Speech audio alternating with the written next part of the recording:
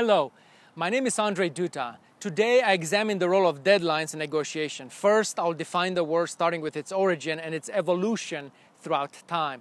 Second, I'll illustrate the concept with an old case. And third, I will conclude with a practical question. So let's begin. Deadline is an intimidating word for most people, and rightly so when you pause to think about the origins of the word. Some etymologists believe that the word deadline first came to be used during the 1861-1865 American Civil War. The word described the perimeter delineating the area inside a prison stockade where prisoners were permitted to walk. Getting closer to the stockade walls and coming outside that deadline demarcation led to the shooting and death of the prisoner, thus the word deadline. Others comment that in the early 19th century, the word deadline referred to a line on printing presses beyond which text couldn't print properly. By the early 1900s, the word's meaning expanded to refer to any line, be it spatial or even social propriety, that shouldn't be crossed. It was about that time that the word acquired its temporal meaning, deadline as in time limit. A deadline is a date or time when something must be finished. And this is where we are today. The word deadline refers to temporal demarcations or time limits. In general, deadlines create pressure and provide accountability. Deadlines should not be feared but celebrated as they can increase time awareness, improve organization and prioritization of activities, and inspire action.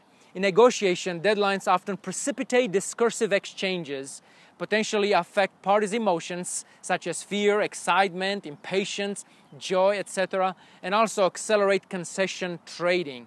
Deals get done in proximity to deadlines. Conflict, too, can be resolved by deadlines. A few weeks ago, I talked about emotional detachment as a power play in the negotiation process. I shared a concrete example pertaining to the sale of an office building to a foreign investor who leveraged delaying and stalling tactics to try to force us in giving in. The way my business partner and I affected a positive outcome and got a deal done was to emotionally detach from the subject matter being negotiated and all potential outcomes, and be willing, ready, and able to walk away from the deal.